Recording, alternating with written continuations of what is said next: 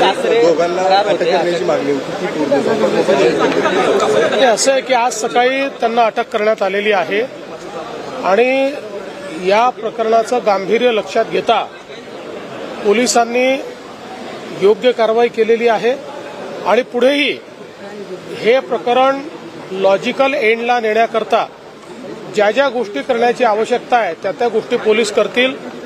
अशा प्रकारे प्रताडित करून आत्महत्या करायला मजबूर करणं या गोष्टी सहन केल्या जाणार नाहीत।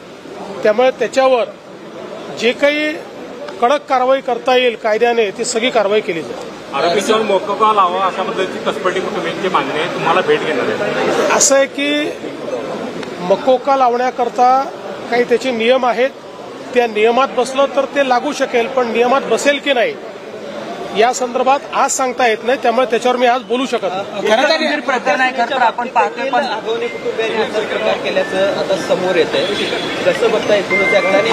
फार वाईट आहे। म्हणजे आजच्याही या 21व्या शतकामध्ये जेव्हा मुलींमध्ये आणि सुनांमध्ये कोणताही फरक करणं हे चुकीचं आहे, अशा परिस्थितीत अशा प्रकारची वागणूक देणं हे मला असं वाटतं अतिशय पाप आहे आणि ते या ठिकाणी झालेलं दिसतं। दोन आरोपींना साहेब पकडलेलं आहे। कारवाई जी आहे त्यावेळी झाली नव्हती, पहिल्या सुनेला तक्रार दिली होती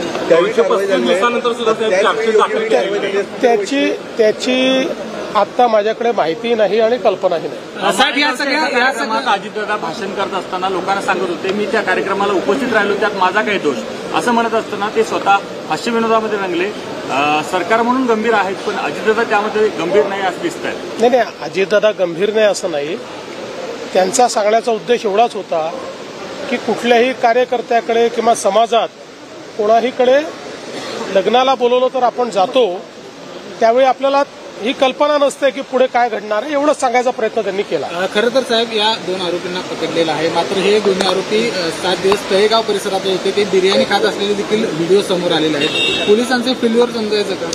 मला असं वाटतं की पोलिसांनी त्यांना पकडलेलं आहे, पोलिसांनी उचित कारवाई केलेली आहे, पुढेही पोलीस उचित कारवाईच करतील।